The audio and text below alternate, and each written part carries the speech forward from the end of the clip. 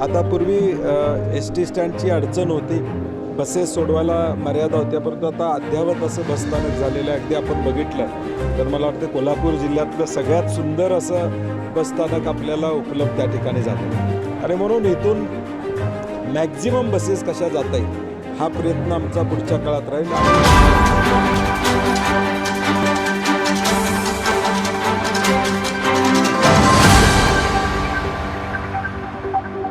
संभाजीनगर येथील नव्याने होत असलेल्या बस स्थानकाची माजी राज्य परिवहन मंत्री सतेज पाटील व आमदार ऋतुराज पाटील यांनी परिवहन पदाधिकाऱ्यांसोबत कामाची पाहणी केली.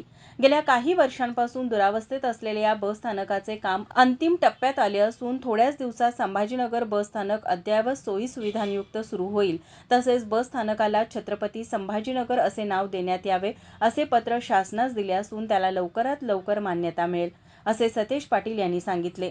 शहरामध्ये 2 बसस्थानक आहेत, एक मध्यवर्ती आणि एक संभाजीनगर बसस्थानक.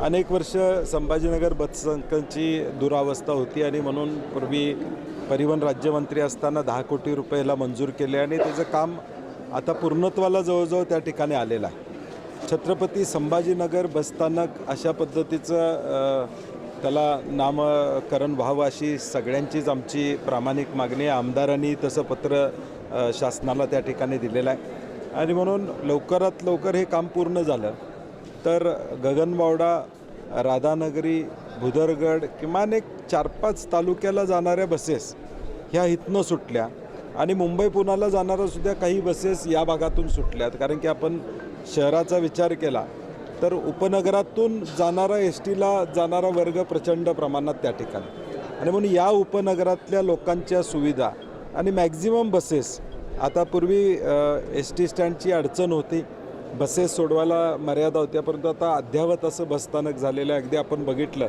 तर मला वाटतं कोल्हापूर जिल्ह्यातलं सगळ्यात सुंदर असं बसस्थानक आपल्याला उपलब्ध त्या ठिकाणी झालेलं आहे आणि म्हणून इथून मॅक्झिमम बसेस कशा जाता येईल हा प्रयत्न आमचा पुढच्या काळात राहील आणि थोडं काम अजून पेंडिंग असलं तरी कामकाज सुरू करावं.